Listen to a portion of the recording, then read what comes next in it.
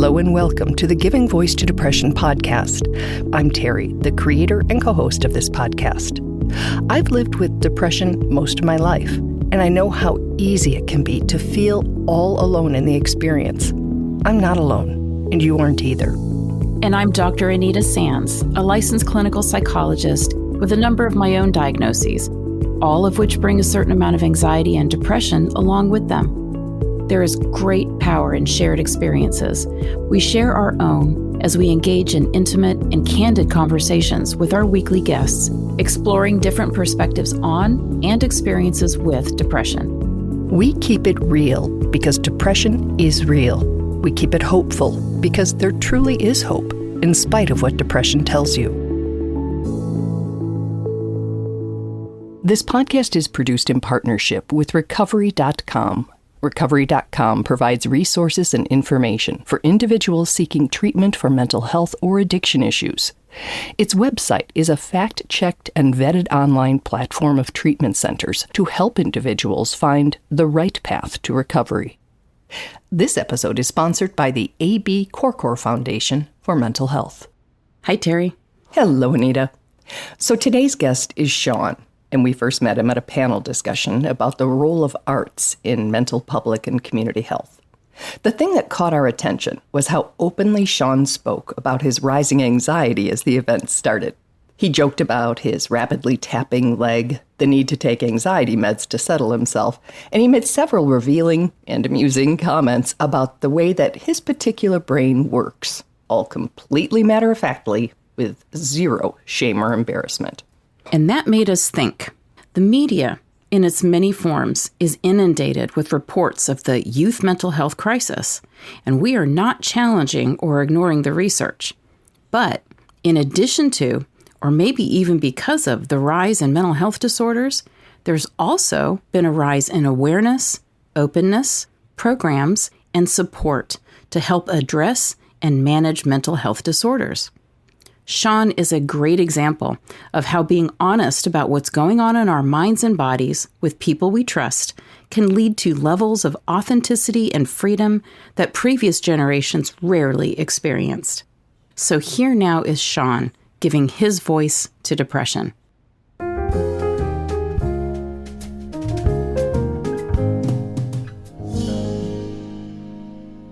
Diagnosed with general depression and anxiety when I was like 14, 15. But, I remember being like a 5-year-old kid with this pit in my stomach of like impending doom and being like, what is this feeling? What did 5-year-old Sean have to be anxious about? Like, nothing. But I don't know. I guess it was just always having that chemical imbalance. So I've pretty much had it as long as I can remember. Unlike the vast majority of the people who've shared their stories on this podcast, Sean grew up in a home that acknowledged, treated, and spoke about the things they were experiencing. The household I grew up in was very aware of mental health. Both of my siblings are on the autism spectrum. And so I think just growing up in that environment made talking about mental health and accepting that I got my own things going on just very natural. Tell me what that's like. What's it like growing up where you can say, I'm in a really dark place, or I'm really too anxious to do that, or whatever it might be? I don't know. I think that because my mom suffers from a lot of anxiety, and a lot of this mental health awareness is certainly more so on my mom's side. My dad has always been a wonderful, kind, caring, compassionate person. But, my mom has always been the one with the vocabulary and the knowledge around mental health and things like that, because it's something that she has had a lived experience with. It was all I knew. It's all I've known. And I do find that as a generational thing, and the people that I have chosen to surround myself with that are in my age group, they have a pretty similar way of talking about their own mental illness and mental struggles. While social media is often cited as a contributing factor to the mental health crisis, Sean, who's 26, says the internet provides a level of separation that can actually facilitate that communication.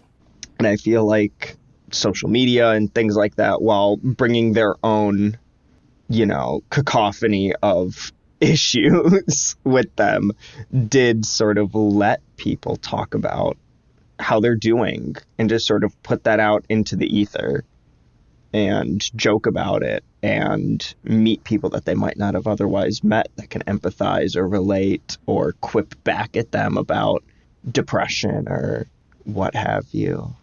So this may all be very normal for you, but for a lot of our listeners and for me, it is not. And so I'm curious to know, when you say, I am whatever it is, in a bad place and I'm not going to whatever you said you were going to do, what's the reaction in your friend group? Yeah, I mean, I absolutely say that stuff, and my friends also do as well. And the reaction is, it's empathetic, and it's usually like, sorry to hear that you're not doing well. Like, can I get you anything? Can I do anything for you? Like, oh, we were planning on going out to the bars tonight. Do you want to instead just have a game night? You know what I mean? Stay in. Do you want to just watch a movie? Like, yeah, we all try to take care of each other. And we just understand, because pretty much my whole friend group are people that suffer through anxiety, depression, gender dysphoria, all sorts of different mental illnesses. I have friends that are on the autism spectrum as well. And yeah, we just try to, look out for one another, because when someone is in the throes of some kind of crisis, whether it be just I'm having a down day, or someone is like, I'm actively suicidal, or I'm in the middle of a panic attack, we can all relate to that feeling, and we all know those feelings suck. So try to help mitigate for one another. And yeah, I hope that that's not too much of an anomaly for folks in my age group. I found that a majority of the time, people in my generation try to be more open and empathetic when it comes down to mental illness, because of how the conversation around it has shifted, and it has become a lot less stigmatized. I think that everyone recognizes that even if they're not clinically depressed, most people in their life experience depression. If someone's not clinically anxious, you can still experience anxiety.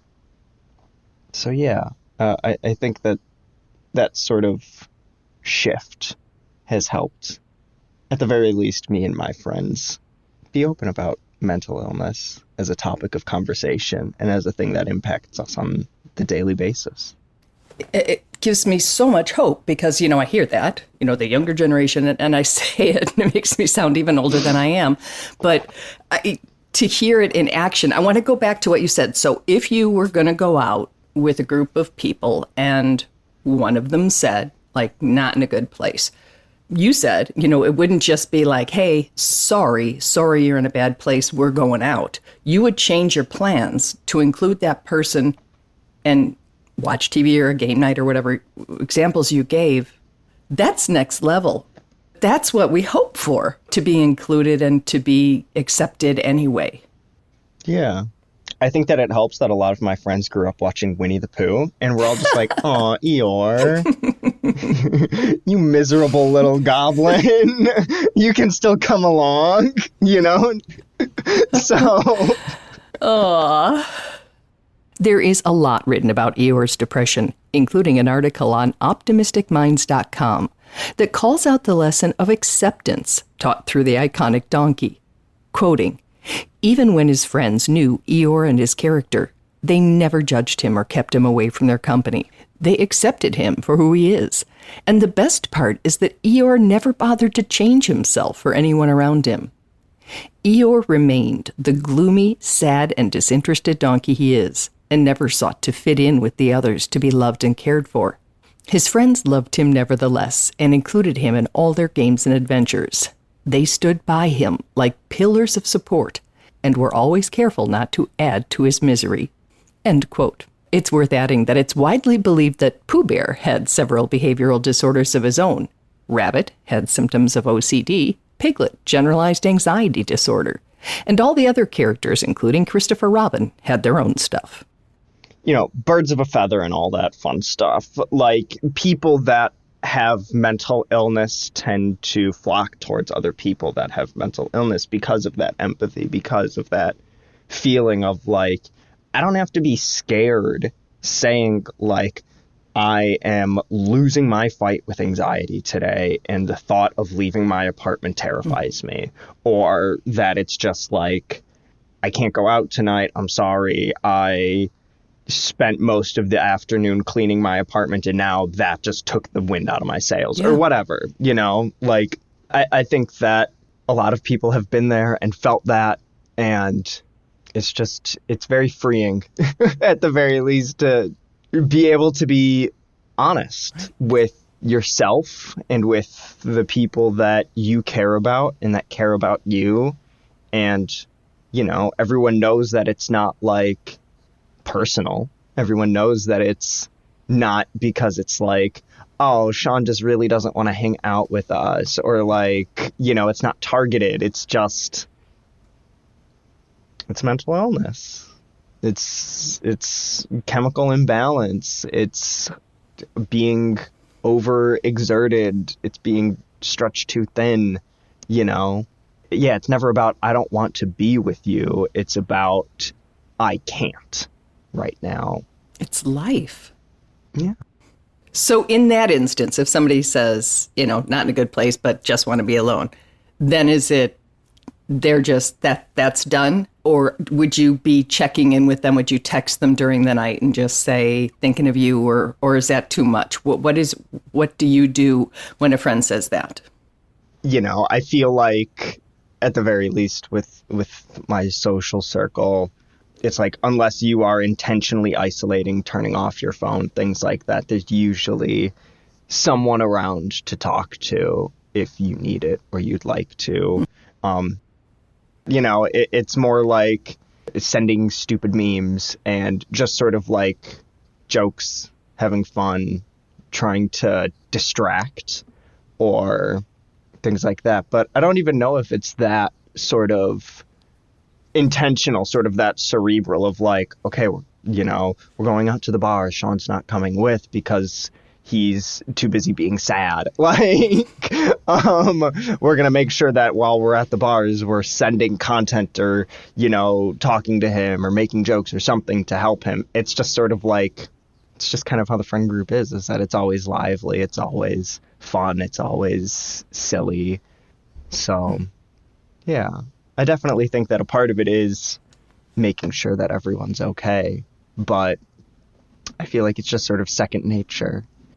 I love the idea of it being second nature to take care of each other. I think that's beautiful. Does it help if you're the one staying home because you're not, well, I'll say because you're in a depression, does it help to get that little stuff, or is it like, leave me alone? But if it was that, you would probably just turn your phone off, right? Yeah. I think that it does help to still feel included, even if I'm at a distance. You know what I mean? To still feel like I'm part of the group, even if I have personally explicitly canceled plans that night. You know, I just think that it's important to kind of keep in mind yourself.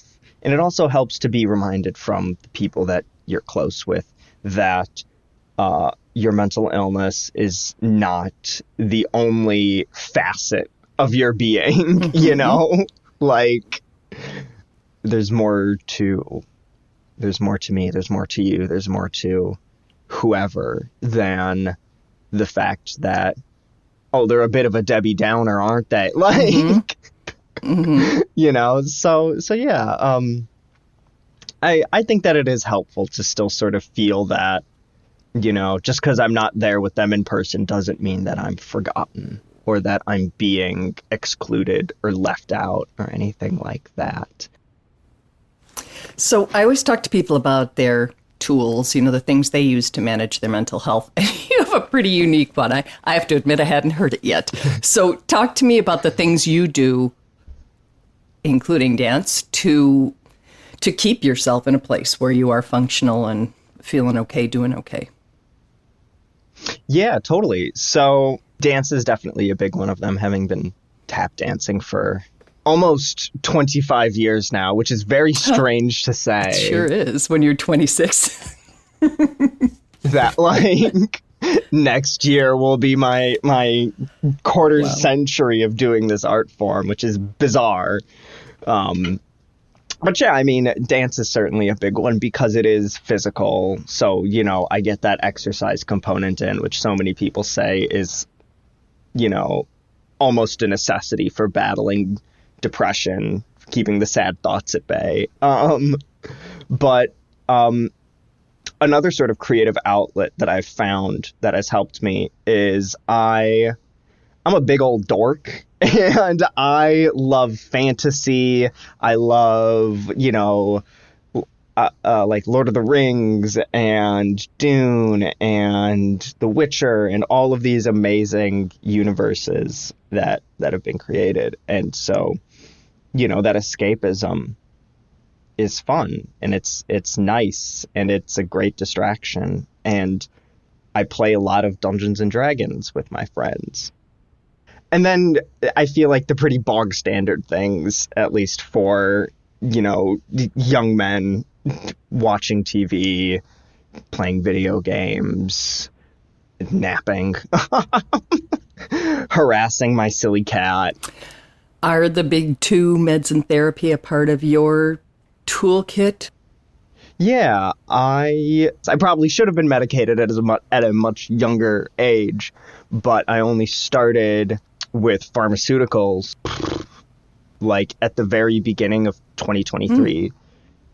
Yeah, I went to my primary care doctor and said that I've been having panic attacks, and he said, okay, let's try 50 milligrams of Zoloft once a day. And that's what worked for me. Okay. And I'm very thankful that I did not have to experience the trial and error of, using your body and your mental well-being as a test subject. And now that I've been taking my drugs for over a year now, it's sort of just part of my life. Mm-hmm. And I think I'm better for it. I haven't had, I haven't had regular panic attacks in a while. They still pop up. But yeah, so I lucked out on that one. One could also argue that Sean lucked out by being part of a generation that better understands the spectrum of human emotion, and the fact that our place on it at any given time does not alter our inherent worth. Trust those that trust you and talk to the people that you're close to and be honest with them. And yes, it is scary, and yes, it is plunging into a bit of the unknown, but at the end of the day, if someone, whether it's a friend, a family member, a significant other, whoever, if someone rejects you because of your mental illness, then why are they in your life? It's part of you. It's as much as we loathe, the things that make us ill, it is an unavoidable truth of so many of our existences. And if someone is going to nitpick at this one little tiny facet of who you are, then they don't deserve the rest of what makes you you.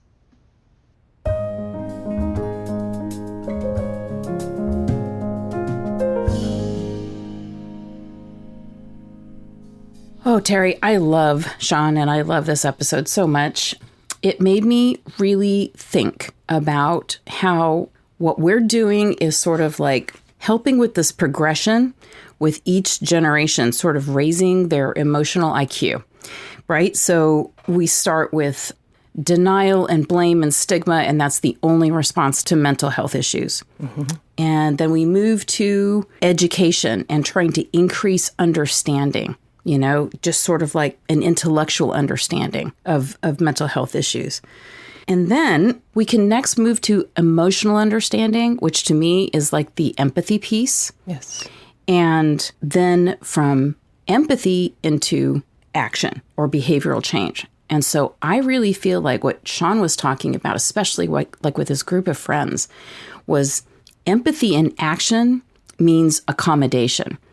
So if there was somebody, whether it was him or somebody else who couldn't make it to a social event, they accommodated, they met the person where they were. They either changed the plans or they found a way to bring them in. And to me, that's no different than, if you see someone in a wheelchair who cannot get up onto the sidewalk because there's something blocking the access, you don't just go, oh, well, it sucks to be you. And you don't even just with your intellectual understanding of the situation say, well, I can see why you can't get up on the sidewalk, and then keep walking. Right. You go, okay, let me go over and figure out how to unblock that access.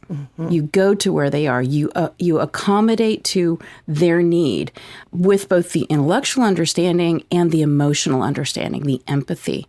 And I do see an increase in both the intellectual understanding of mental health issues in younger generations, although it's never too old to learn this stuff. Sure. But I also see that empathy piece and the empathy and action piece, like he was describing, and that's what we need. And as we move toward that, I just think what a difference that would have made over the lifetime of people who've lived for decades. With various things that would have required, that might have required, I don't know what word to use there, some compassion, some accommodation. And inclusion. And inclusion. You're right. The not being left behind. Huge. It's the not being left behind piece. And, we're all in this together, no matter what part of our culture tries to convince us that this is like a competition. We're in it together. If we're all however many billion of us, marching down this road, the goal is not to see who can get there first. It's can we all get there together without leaving anybody behind? And I think sometimes we can get so stressed or so convinced that what's most important is somehow getting to the front of the line and crossing that finish line first. And it's not. It's making sure we all can get there, no matter what our needs, no matter what our issues. And that's why we're doing what we're doing. It's to make sure that people whose voices have been silenced, or they're so far at the back of the line, nobody's listening, or they drop out and nobody notices. It's to make sure that there's awareness, that there's voices, and then that there's this inclusion, that we can help each other to get to where we all need to go. Nice. Absolutely. We're all walking each other home is a great way to put that. I love that. Every time I hear it, it just sort of warms me. And, you're not always wherever you are in the line. And there are times that, those of us who might be lending a hand need someone to lend a hand. Absolutely. It's fluid, right? It is fluid. It's a fluid thing in life. Sometimes we can help. Sometimes we need the help. Absolutely. You and I both have that lived experience. Absolutely. So thanks to you, Anita, and thank you, Sean. I really appreciated both meeting you and hearing a bit of your story. And it wasn't what we were going to talk about, which I thought was funny. We started with, I don't go into interviews with questions, but I had sort of an idea of what I was going to talk to him about because he does dance therapy. Yes. And then he started talking. I'm like, okay, so we're not talking about dance therapy. We're talking about this because while it's normal for you, it is not the way a lot of us have experienced mental illness. That's right. And I really appreciated that the focus changed. Those are goals. Absolutely. We could all kind of move in that direction and get there. That's the inclusive, compassionate, successful society that we're looking for.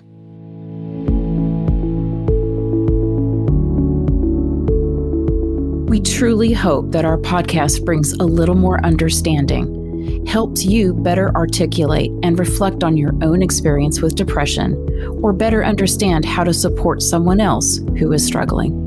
If this episode has been of comfort or value to you, know that there are hundreds of others like it in our archive, which you can easily find at our website, givingvoicetodepression.com. And remember, if you're struggling, speak up, even if it's hard.